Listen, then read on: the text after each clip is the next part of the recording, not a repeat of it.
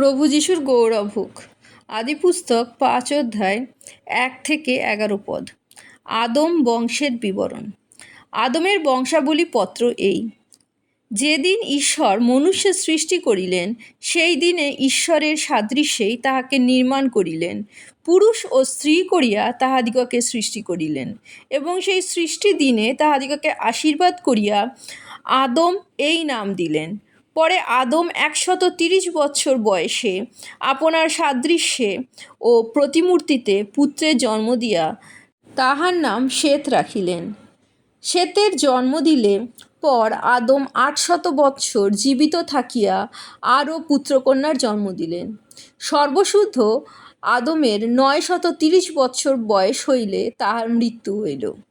শেত 105 বৎসর বয়সে ইনশের জন্ম দিলেন। ইনশের জন্ম দিলে পর শেত 807 বৎসর জীবৎ থাকিয়া আরও পুত্রকন্যার জন্ম দিলেন।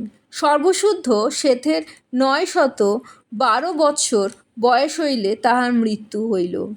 ইনশ 90 বৎসর বয়সে কৈননের জন্ম দিলেন। কৈননের জন্ম দিলে পর ইনশ 815 বৎসর জীবৎ থাকিয়া আরও পুত্রকন্যা জন্ম দিলেন। সর্বশুদ্ধ ইনশের 905 বছর বয়স হইলে তাহার মৃত্যু হইল। ইহাই প্রভুর বাক্য। ঈশ্বরের ধন্যবাদ হোক।